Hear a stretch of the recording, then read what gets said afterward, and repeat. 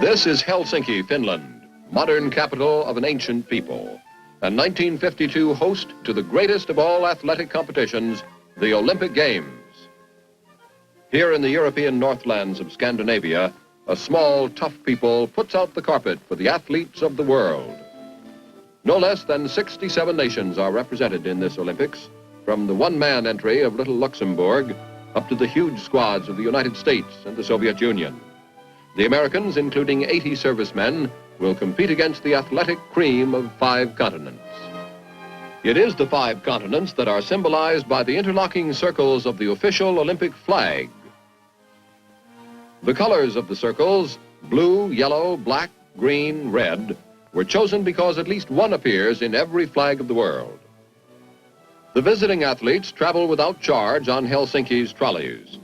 A special bus takes them to their quarters in Olympic Village at Kapula, 6 miles away. At the entrance gate to the village, differences of politics, race, and religion are checked outside, just as in ancient Greece when even wars were suspended during the Olympic Games. Inside this self-sufficient compound with its own post office and shops, athletes of many lands, many languages, many customs live in harmony. Traditional national rivalries vanish in the warming light of good sportsmanship.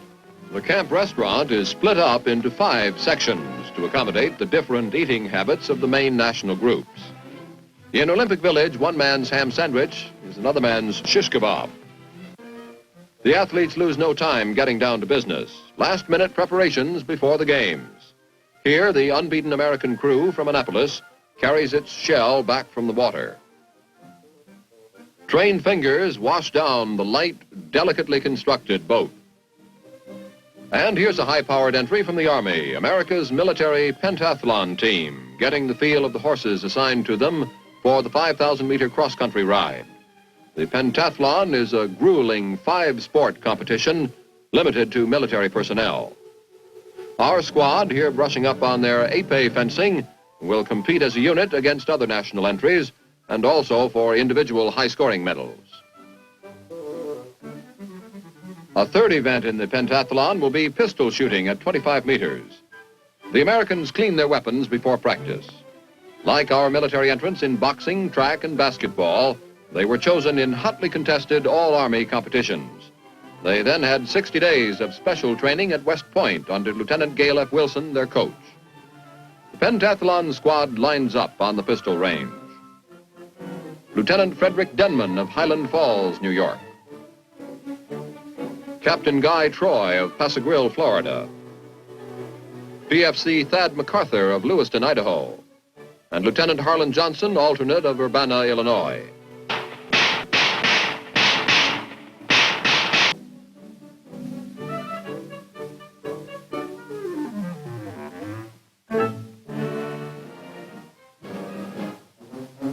The official opening of the 1952 Olympics takes place in Helsinki Stadium, a lineal descendant of the Greek arena where the original races were staged 2,500 years ago. In classic Greece, time itself was measured by the 4-year period between games, called an Olympiad. The modern ceremony starts with a parade of national contingents in alphabetical order, the Finnish alphabet, that is. Here, on the heels of the Vietnam aggregation, comes Udis Valet, the United States to you.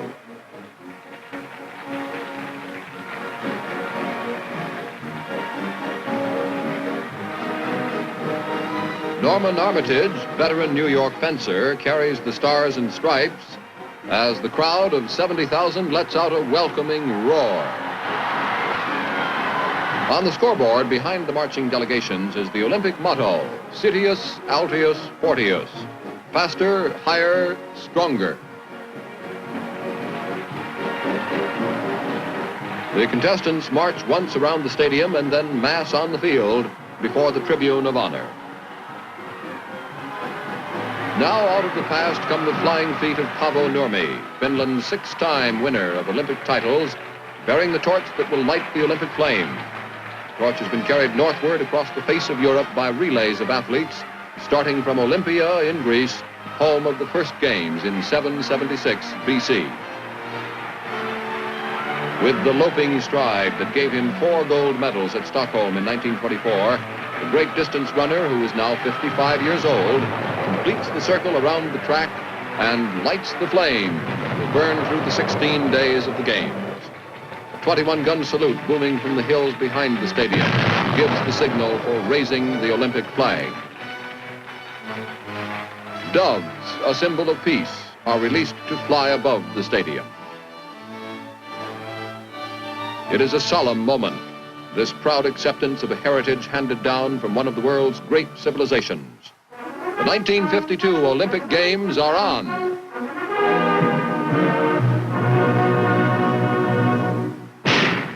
First American sweep is in the 200-meter dash, oldest race in Olympic history. It's a crack field of national champions from many countries. But it's Andy Stanfield of Jersey City who forges ahead to break the tape in 20 7/10 seconds, equaling the Olympic record set by Jesse Owens in 1936. Second is Walter Baker of Elkhart, Kansas, with the bronze medal for third going to an Air Force sprinter, Jim Gathers of Brooklyn and Sampson Air Force Base.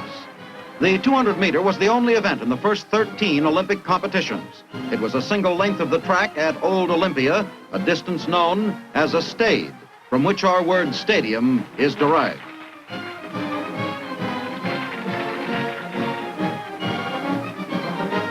Again, the Air Force is flying high in the 800-meter race. Here, Tech Sergeant Mal Whitfield of Lockburn Air Force Base, the 1948 winner, faces a tough field headed by Big Arthur Wint of Jamaica. That's Wint out in front now. Whitfield, number 986, is running third.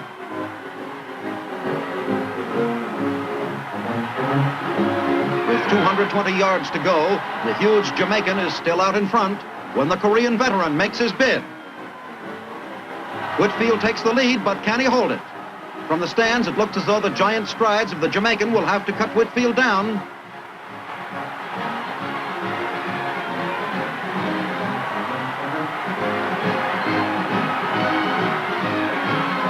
But Whitfield's smooth, easy stride is deceptively fast. He crosses the finish line first, equaling his own Olympic record. The punishing pace is almost too much for Germany's Ulsheimer, who collapses at the tape but wins third place.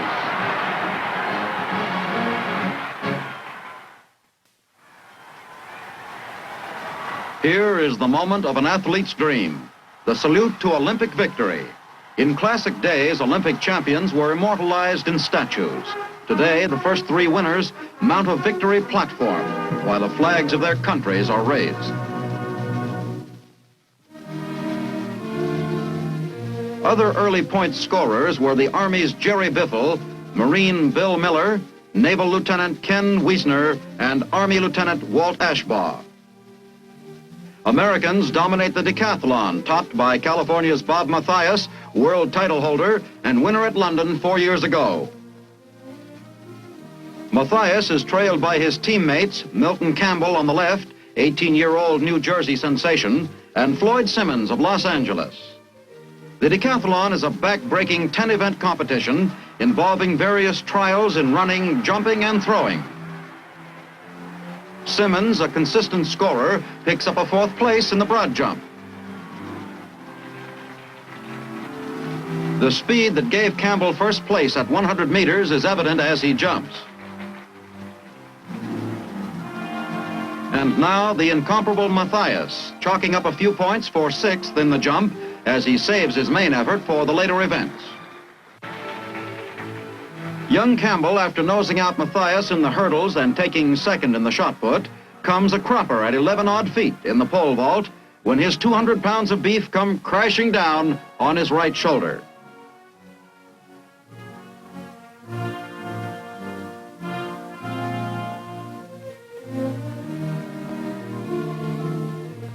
And now Bob Mathias again, whose final total breaks his own new world record established in the American tryouts a few weeks before.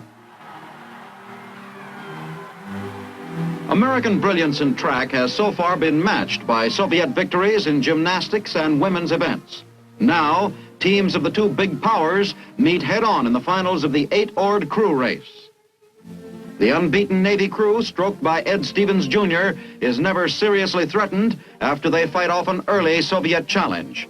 The Americans are in the near lane, the Australians on the outside, and the Russians in the middle.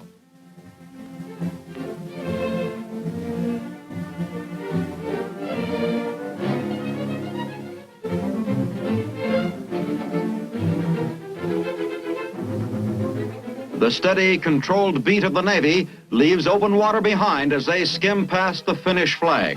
A full 6 seconds before the red-jerseyed Russians pull up. Pressing the Russians hard is the Australian shell, which finished third. After their defeat, the Russian oarsmen invited the American champions over to the communist village for a big victory spread. In the water as well as on it, American entries topped the field. Here's the 110-meter backstroke. Boson of France is favored over a trio of Americans, including two naval aces. But it's Yoshi Okiawa of Honolulu and Ohio State who races past Boson in the last 25 yards to come home first. In lane number 3 is Big Jack Taylor of the Navy, world's record holder at 100 yards, who finished third, just ahead of another naval ensign, Alan Stack. Private Tommy Kono from Sacramento, California, shows the way for the muscle men as the United States edges out the Russians in weightlifting. Kono wins the lightweight crown with a record 3-event total of 797.5 pounds. Jim Bradford, OCS candidate from Fort Benning, was granted special leave to compete in the heavyweight class.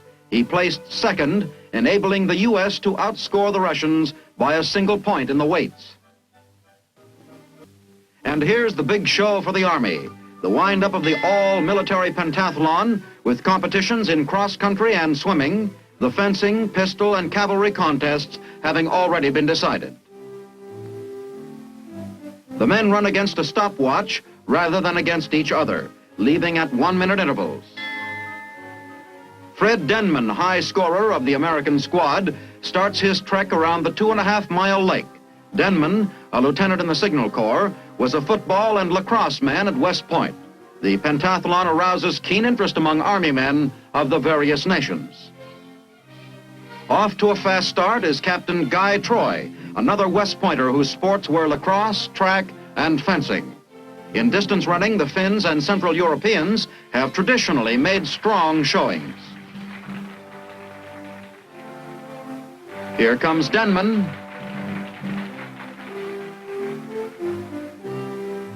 And now, Troy.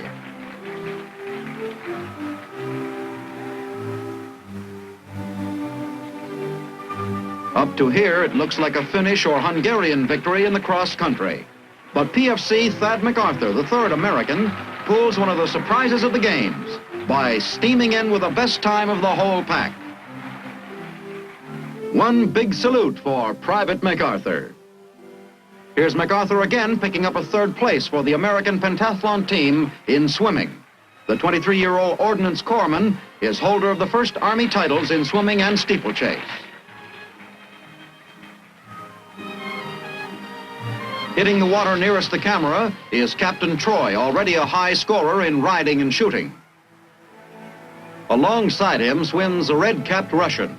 By some quirk, although many lanes were used in these time trials, the Russian and American entries always wound up next to each other. This leads to an unusual incident in the next heat. Lieutenant Denman, swimming in lane 6, goes under for his turn and comes up in lane 7, a few feet behind the Russian assigned to that lane. The Soviets argued that Denman had frightened their man and should therefore be disqualified. They were overruled, and the American team finished fourth in the final standings. Track and field events continued into the second week of the games, and here's a fast heat of the 110-meter hurdles, won by California's Jack Davis. Davis was runner-up in an All-American final behind Harrison Dillard, with Art Barnard of the Navy finishing third.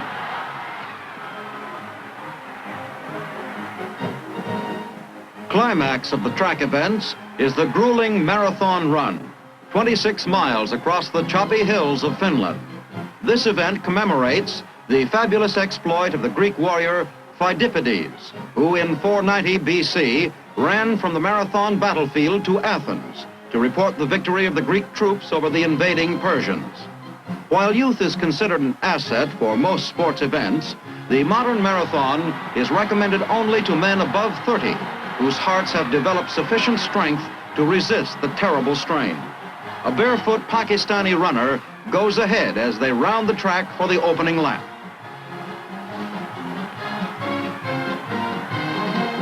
However, it's Jim Peters of England who leads as they head for the exit gate for the long jaunt over hill and dale.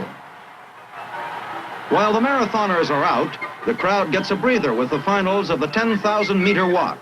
This is an all-European contest, the mechanized Americans having been eliminated in the heats. The trick is to chew up yardage without ever getting both feet off the ground. It leads to some interesting styles. This windmill swinger might be hustling down to the local bistro for a quick beer. Easy, Buster. You don't want to take off. George Coleman of England, presumably a suburbanite, trained on catching the 8:18 for London, leads for a couple of miles.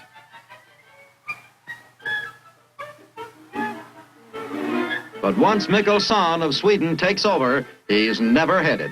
Averaging about 8 miles an hour, he breaks the world's record and wins in what you might call a walk. American-Soviet rivalry is underlined again when the U.S. 400-meter relay team, with 3 gold medalists running, noses out a strong Soviet entry. Hungary, highest scorer among the small nations and winner of the military pentathlon, places 3rd. Now for the moment the crowd's been waiting for, the end at last of the marathon. It's a one-man finish as a familiar figure bursts across the tape. Emil Zatopek, the Czech Army captain, who has already taken the 5,000 and 10,000-meter crowns.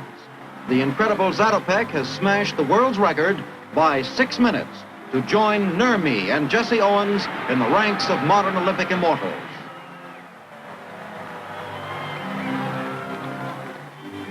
Water sports come to an exciting end in the diving finals.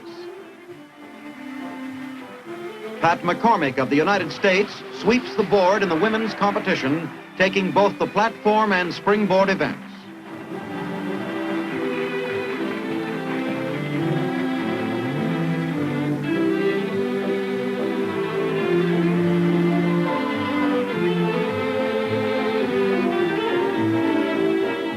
The men's high dive finds the great Sammy Lee, U.S. Army Major, defending his title won in 1948.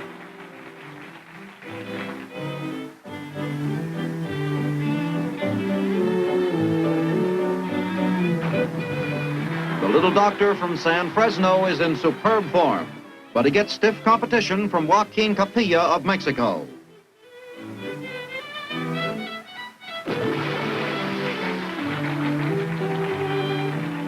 Coming down to the wire now, it's a toss-up between Lee and Capilla until Sammy lets loose with his most brilliant effort, a running forward 3.5 somersault.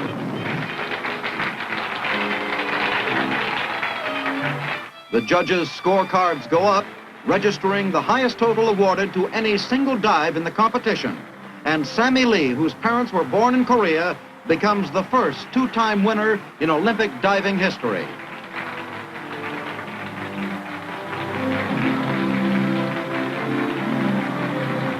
Sammy gets a kiss from fellow American Pat McCormick. Then joins his wife, who had confidently set sail for Helsinki even before Sammy had technically qualified in the American Olympic trials. Sammy Lee of Los Angeles, Occidental College, and the U.S. Army Medical Corps is more than a medal winner for the United States. He is a living testament before the peoples of the world to equality of opportunity in America. Basketball provides another head-on clash when America's giant squad from the Midwest tangles with an almost equally big Soviet team, champions of Europe. Airman Bill Hoagland and Bill Lienhard are among the American stars. In the unofficial team standings, the United States and Russia are now running neck and neck.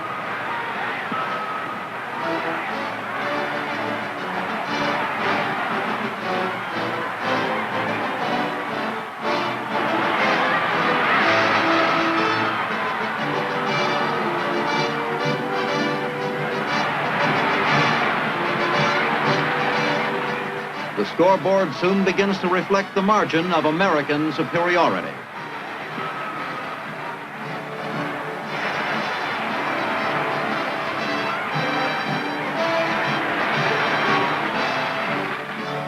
And by halftime, the Americans have piled up a commanding lead. The Russians make good most of their chances on fouls, but the Americans are a shade too strong for them under the basket and wind up on the long end of an 86-58 score.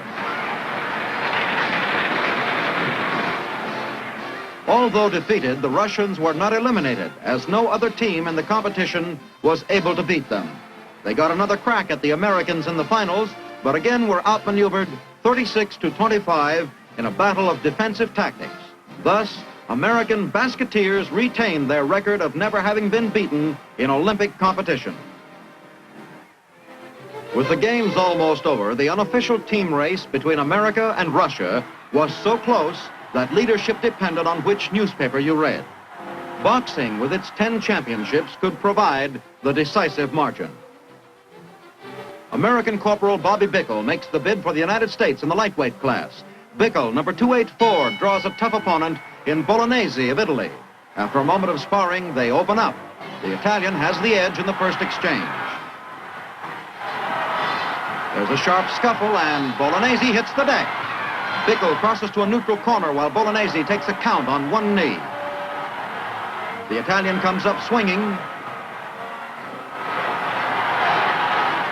We're in the third and last round now, and both boys are feeling the pace. There's a rally by Bolognese. He nails Bickle with a stiff left, and Bickle comes back with a savage flurry of rights and lefts as the bell ends the fight.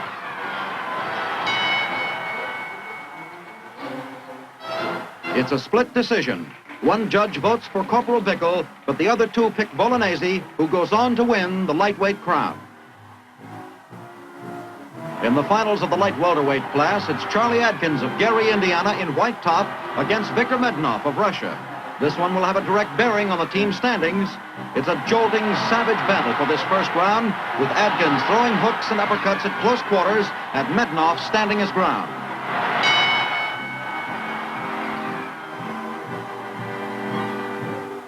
By round three, Mednov is hanging on at every opportunity, and he draws a warning from the referee. Adkins pushes Mednov away from an attempted clinch, launches a two-handed barrage that nearly floors the Russian. Mednov, swinging wildly and ineffectively, is a thoroughly beaten man.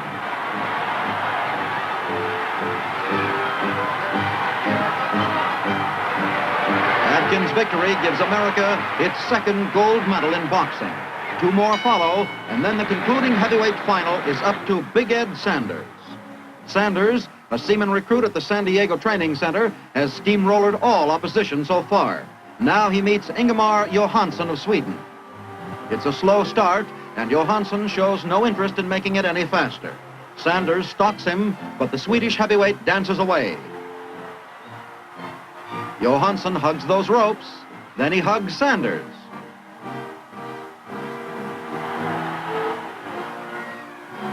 Finally, Johansson is disqualified for not trying.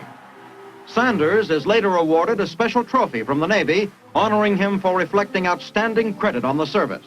With 5 gold medals in boxing, the United States has achieved unmistakable supremacy in the final team standing, no matter what scoring system is used.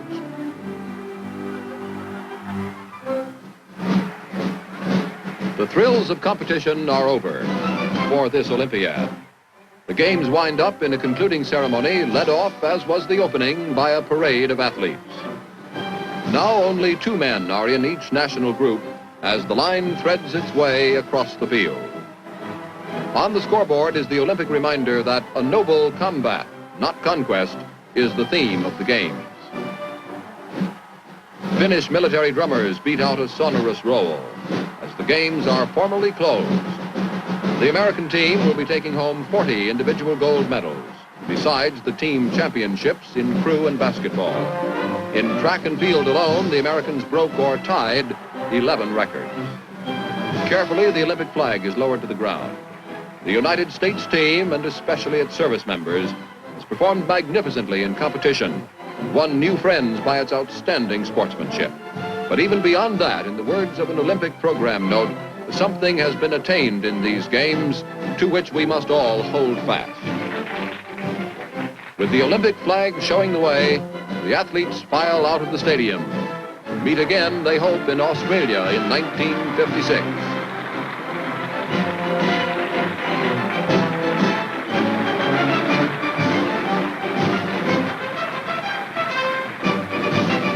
Slowly, the Olympic fire is extinguished, and the 15th modern Olympiad passes into history.